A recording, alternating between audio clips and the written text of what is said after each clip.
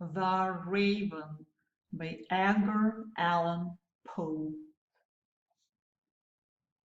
Once upon a midnight dreary, while I pondered, weak and weary, over many a quaint and curious volume of forgotten lore, while I nodded, nearly napping, suddenly there came a tapping, as of someone gently rapping at my chamber door. "'Tis some visitor," I muttered, tapping at my chamber door. "Only this, and nothing more." Ah, distinctly I remember it was in the bleak December, and each separate dying ember wrought its ghost upon the floor. Eagerly I wished the morrow, vainly I had sought to borrow from my book surcease of sorrow, sorrow for the lost Lenore, for the rare and radiant maiden whom the angels named Lenore, nameless here forevermore. And the silken, sad, uncertain rustling of each purple curtain thrilled me, filled me with fantastic terrors never felt before, so that now to still the beating of my heart I stood repeating, "'Tis some visitor entreating entrance at my chamber door, some late visitor entreating entrance at my chamber door. That it is, and nothing more." Presently my soul grew stronger, hesitating then no longer. "Sir," said I, "or Madam, truly your forgiveness I implore, but the fact is I was napping, and so gently you came rapping, and so faintly you came tapping at my chamber door, that I scarce was sure I heard you." Here I opened wide the door. Darkness there, and nothing more. Deep into the darkness peering, long I stood there, wondering, fearing, doubting, dreaming dreams no mortal ever dared to dream before. But the silence was unbroken, and the darkness gave no token, and the only word there spoken was the whispered word, "Lenore." This I whispered, and an echo murmured back the word, "Lenore." Merely this, and nothing more. Back into the chamber turning, all my soul within me burning, soon again I heard a tapping, something louder than before. "Surely," said I, "surely that is something at my window lattice.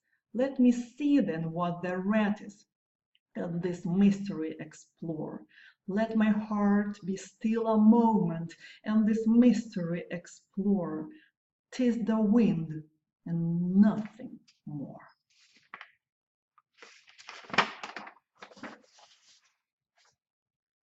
Open then I flung the shutter, when with many a flirt of flutter in there stepped a stately raven of the saintly days of yore. Not the least obeisance made he, not an instant stopped or stayed he, but with me now lord or lady perched above my chamber door, perched upon a bust of Pallas just above my chamber door, perched and sat, and nothing more. Then this ebony bird beguiling my sad fancy into smiling, by the grave and stern decorum of the countenance it wore, "Though thy crest be shorn and shaven, thou," I said, "art sure no craven, ghastly, grim, an ancient raven wandering from the nightly shore. Tell me what thy lordly name is on the night's Plutonian shore." quoth the raven. Nevermore. Much I marvelled this ungainly fowl to hear this course so plainly, though its answer little meaning, little relevancy bore. For we cannot help agreeing that no living human being ever yet was blessed with seeing bird above his chamber door, bird or beast upon the sculptured bust above his chamber door, with such name as Nevermore. But the raven, sitting lonely on the placid bust, spoke only that one word, as if his soul on that one word he did outpour. Nothing further than he uttered, not a feather than he fluttered, till I scarcely more than muttered, the friends have flown before. On the morrow he will leave me, as my hopes have flown before. Then the bird said, Nevermore! Startled at the stillness, broken by reply so aptly spoken, doubtless, said I, what it utters, it is only stock and store, caught from some unhappy master, whom unmerciful disaster followed fast and followed faster, till his song one burden bore, till the dirges of his hope that melancholy burden bore, of nevermore, nevermore.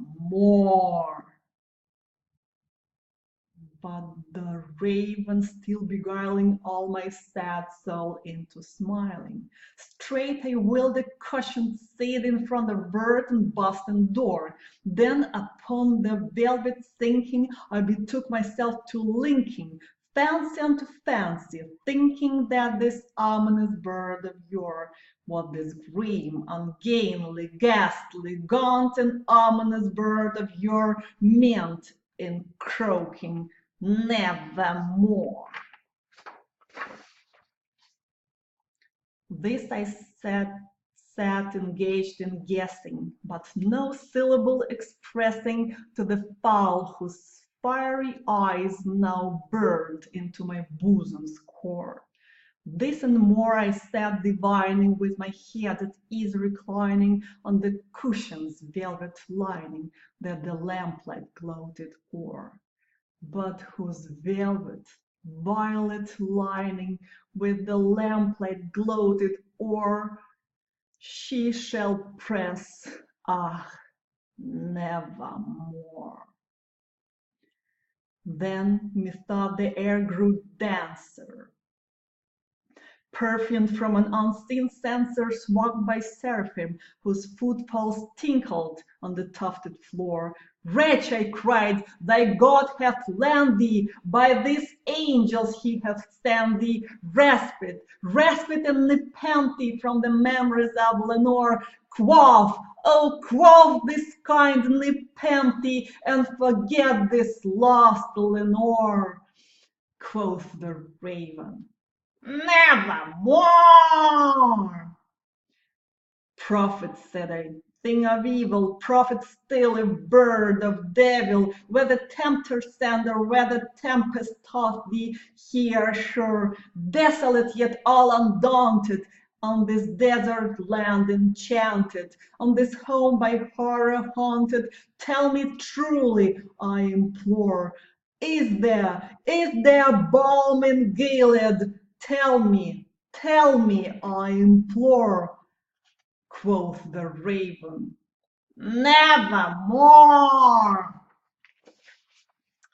Prophet, said I, thing of evil, prophet still, if bird of devil, by that heaven that bends above us, by that God we both adore, tell this soul with sorrow laden, if within the distant Aidenn it shall clasp a sainted maiden from the angels, whom the angels name Lenore.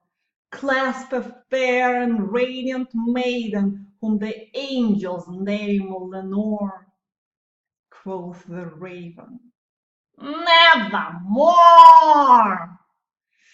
Be that word our sign of parting, bird of fiendish shrieked upstarting. Get thee back into the tempest and the night's Plutonian shore. Leave no black plume as a token of that lie thy soul hath spoken. Leave my loneliness unbroken. Quit the bust above my door.